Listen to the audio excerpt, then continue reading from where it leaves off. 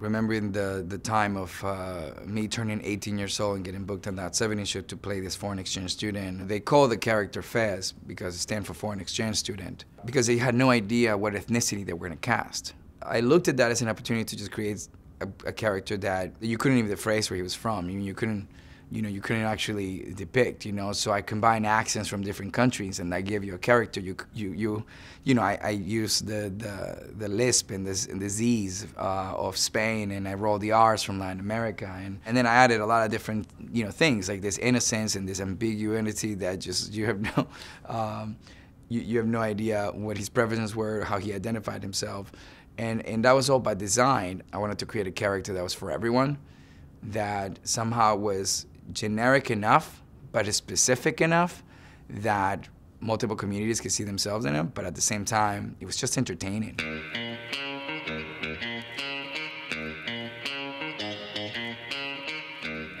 What so far are the major hurdles that the Latino community faces in TV and film? I think when it comes to the hurdles, I think about the journey. I think about the last 2 to 3 decades of cinema, television, entertainment in general. There's like 5 points in my head that we have to really make, but I'll filter through them. But I would say, when I think about the hurdles that the Latin community has had when it comes to cinema and representation, it kind of takes me back to the last 3 decades of cinema and television. A lot of what's been assumed to be not just to be called stereotype, but perception of that culture has been portrayed on television as kind of a third or fourth or even secondary storyline. So there's never been enough runway or enough time to dive into what's special about those communities, and therefore finding the relativity between this culture and the many cultures that may find themselves or see themselves in that family, that characters. But then when I think about the why, the percentages and why the numbers, it's a very simple answer. You have teams of executives at different studios and different networks that feel a tad uncomfortable picking up and developing things that they don't necessarily relate to directly. And when you have differences of cultures, and you don't have enough voices to actually champion these ideas, they fall into a development grid, right? The biggest issue is having enough creative collaboration behind the scenes and on an executive level to actually make enough decisions that could give these ideas a shot at proving that they can be entertainment juggernauts. You take a movie like Encanto, where it defied all the predictions and all the perception of them, how that movie would actually perform. And he goes to tell you that the right creative partnerships between the creative minds behind it on an executive level allowed that movie to happen. So I think we're going to see more of that probably in the next 5 years, and I think those numbers are definitely going to get a lot better. I know for a fact, I personally am I'm aiming to put in a dent in that majorly with my production company, and I've had a lot of great success in these conversations. And I'll then move on to Encanto, where it's a little bit more specific. The family that you are a part of is Colombian, which is also part of your mom's? My mother, yeah. That's wonderful. Did you feel any pressure? First of all, how did that feel to be a part of Encanto? And also, did you feel any pressure to get certain things right?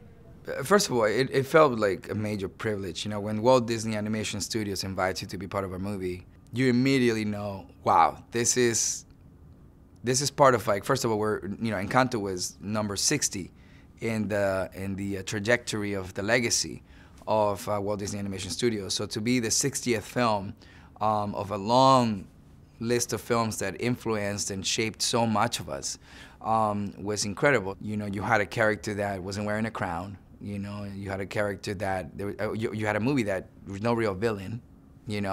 So the formula had absolutely itself, just broken the mold. I didn't think there was, we have pressure to get it right, because, it was our ethnicity. So it was very effortless for us to be ourselves in this movie. But what I did think was, and I took very serious, and that's just in partnership with Lin-Manuel Miranda and Jared and Byron and Charisse, the directors and writers of the movie in the studio. We looked at it more as an opportunity. you know, to just put the sink in it and figure out how big can we go with this and how magical, but also how humble and how contained we can make it so it's obtainable for a family to see themselves in it, no matter if it's a Colombian family or not. And also, I'm so sorry. I meant to congratulate you on Encanto's Oscar win. No, no worries. Congratulations. And also, what does that mean for a movie like that to win an Oscar? I think winning the Oscar is, as you know, in entertainment is the highest honor. But it also is a statement. It's a statement that a movie had a certain level of influence that, you know, that iconically can be remembered forever. And to immortalize Encanto with an Oscar is absolutely beautiful, but it also is a validated moment, right? It's a moment where you are awarding the trust that everyone had in each other to make something that was different. And the fact that that won that evening at the Oscars was the history in the moment, because I think about the impact, I think about the joy that this movie brought to people, and I also think about, you know, what it means to me personally. You know, my daughter's gonna grow up in a world where this content's gonna seem normal for her.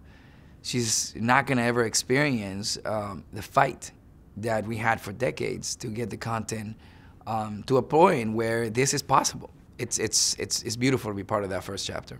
How have you seen representation change over the course of your career? When I look back at all the decades, and, you know, arguably for me personally, when I think about my trajectory and I think about the different characters I've been able to play, I can't help but to remember all the no's, the projects that we've decided to turn down and not go for because of the obvious reasons, right? Because I felt I had an opportunity to champion the things that could push us forward as a community, but also,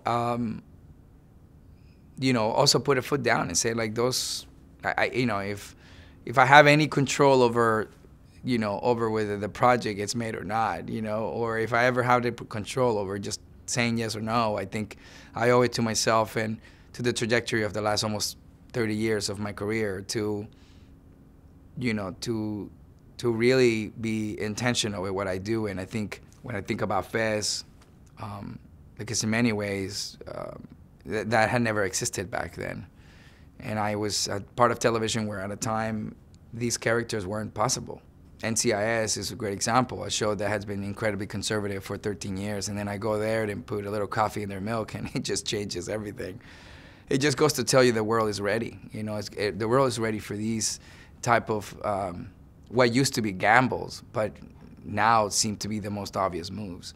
So I'm proud. I'm really proud of being part of that. And I think that as I look forward into the future, I see there's future Salma Hayeks, there's future Antonio Banderas's, there's going to be other Wilmers, you know, and I'm very proud of that, because you just, you know, when you get into this, you're just trying to work. Right? And at some point, you just want to keep the light on. You're not trying to be famous. You're not trying to walk a red carpet. You're not trying to be in a magazine. Like, you're just trying to do the thing that you love the most. And when it all arrives, and then you see the responsibility you have to continue to pave a road for others behind you and for others after you, it's daunting. You know, it's a critical responsibility. Do you have any experiences where you feel like your culture or background is misrepresented in a role that you were given or presented, and how did you go about handling that? Looking back at all the characters that I've played, I have to say I had a level of commitment of getting it right. So if I was going to play a Dominican, I had to really understand the accent. If I was going to play a Mexican, I had to really understand, you know, what region, you know, of Mexico, what's the accent and the dialect from there, and be very specific, because I know better, right? Because as a Latino, I know that we all don't sound the same, but our heart is identical, right? So I knew how to tie us together in there. I fought a lot of battles, you know, creatively, to make sure that some things were not going to be what they thought would be.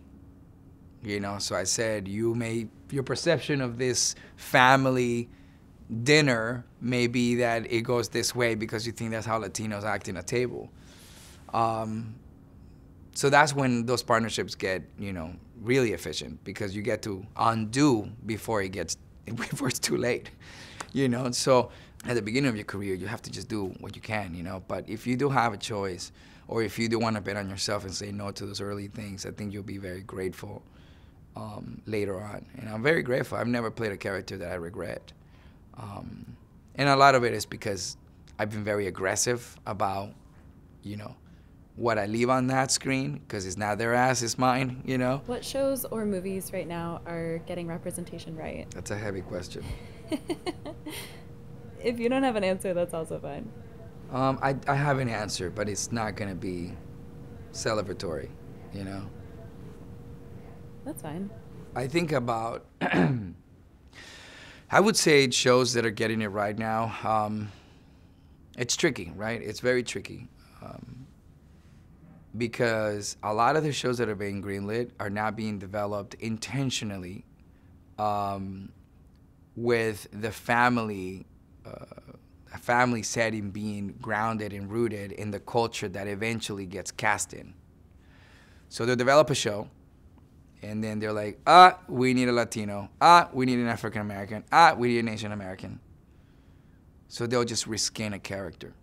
And that's one of the biggest problems we have in Hollywood, is that they base a lot of the success of those communities showing up to that content or not on their piece of casting, as opposed to how grounded and rooted it is, that's rooted enough for it to connect with the community you're inviting to your show.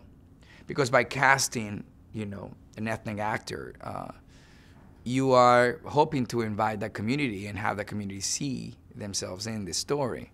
But if that story is not thoughtfully crafted by the people and with the people that is representing, then you're not going to see the numbers you want. I mean, and that's ultimately one of the biggest issues. You have to co-lead with people if you really are, making it a true agenda to actually have communities see themselves in these projects.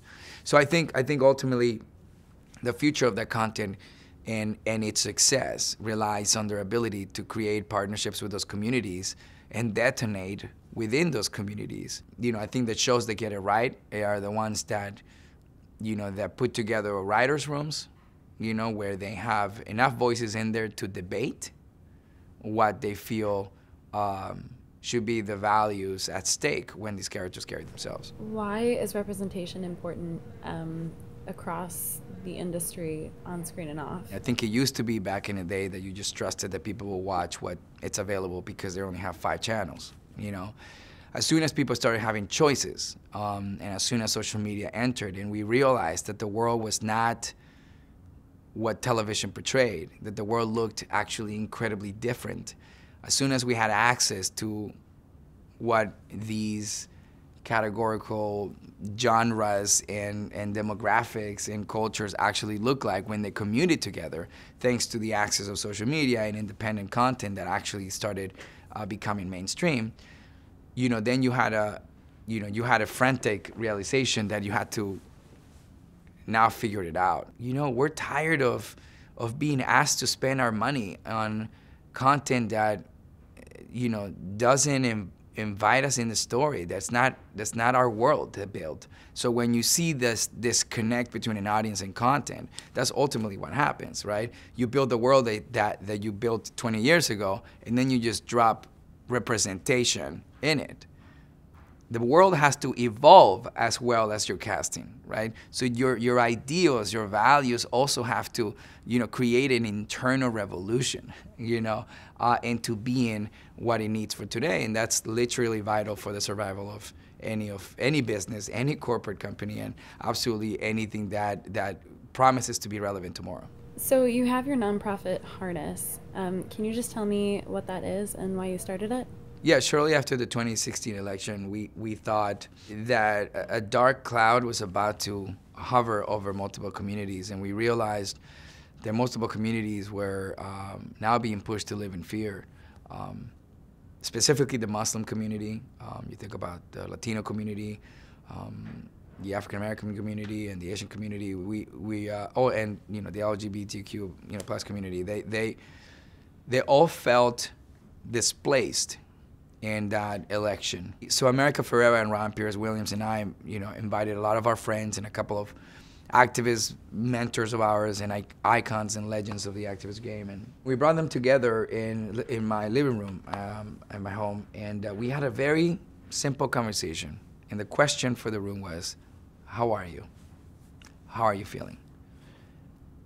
And through that question, so much was realized, and as we heard every community share, we knew that we needed a space. We needed a space where we can workshop each other's thoughts, where we can heal each other's wounds, and make each other's movements stronger, more efficient, more intentional, more tactical.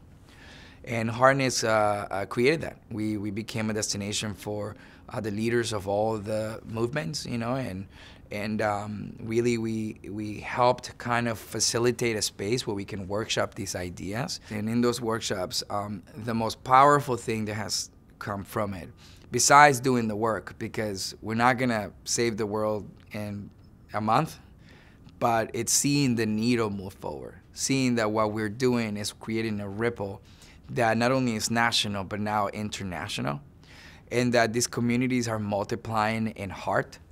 And I think that is the most beautiful part about seeing what's worked with Harness. And it's bled into everything else I've done. Like, when I think about, my business, when you think about the content, when I think about my companies, everything else I'm creating, because there's many things, like creating the first ever studio that provides solutions to multiple platforms on a nonpartisan situation, right? On a nonpartisan platform. I've been an activist for 15, 16 years, right? So I used to be one of the first ones with Rosario Dawson to invite Latinos to vote and register to vote, and it was like pulling teeth, right? And then telling everyone hey, you gotta sign up for the census because trust me, it's really good for your community. I mean, there was so many conversations that have been part of the making of the trajectory of, where I'm going next personally, and every single one of those community conversations have changed my life and gave me an entire new vision of the things that I can do with my strengths, and has been life-changing. And I'm excited. I'm excited to hopefully leave this place better than when I came here. So, but yeah, very proud of that work.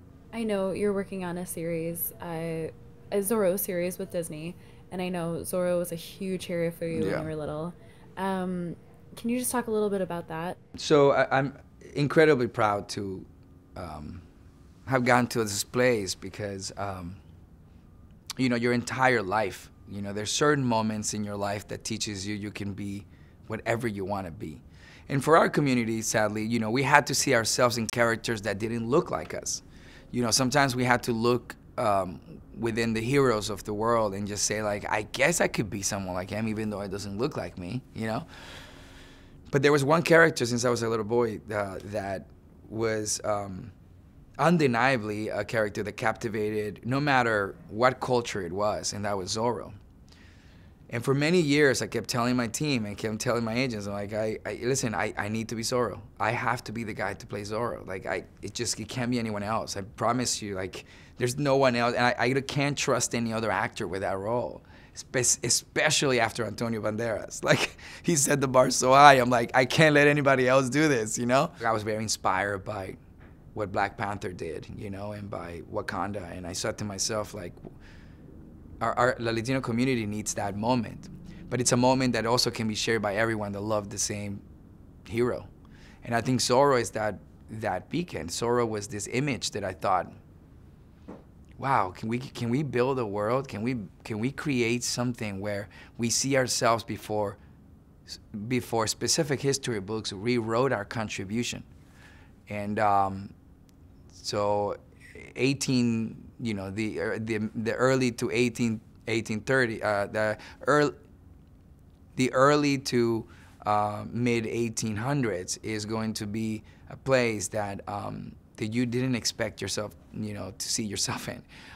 So we're very excited. And to to partner up to Walt Disney and to be able to be instrumental in the bringing of Zorro. Well, now when I think about the opportunity that it lends us and it gives us to create a place, now with the technology we have today, with the consciousness that we have today about how thoughtful we are about creating a place where everyone sees themselves, it gets even more exciting because that's what I'm all about. When my daughter was born, it changed everything, right? It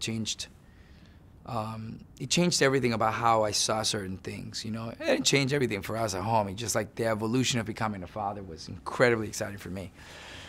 But when I think about everything that I've done in my career and all the different characters and everything that I am leaving behind, knowing that I wanted a family, knowing that eventually I would have kids, I started building different content and creating different characters that I would hope that my kids would look back and say, oh, that's my dad, And hopefully for them to think that I'm very cool for a long time, Because I don't think I'm ever going to be that cool to my kids, But I think it's really fun to think about what these moments can mean to her, what Encanto is going to represent for her when she's old enough to appreciate it, when it can actually change her, for her to grow up in a world where her and her roots are so incredibly invited into any room in the world that she's just like, what's the big deal? I mean, so that's the world that I strive for. But I certainly hope that she looks back and she appreciates the fight, because it's been quite a journey for so many of us. Yeah, it's beautiful to be part, a little bit like this, in the legacy of what entertainment has done for the world.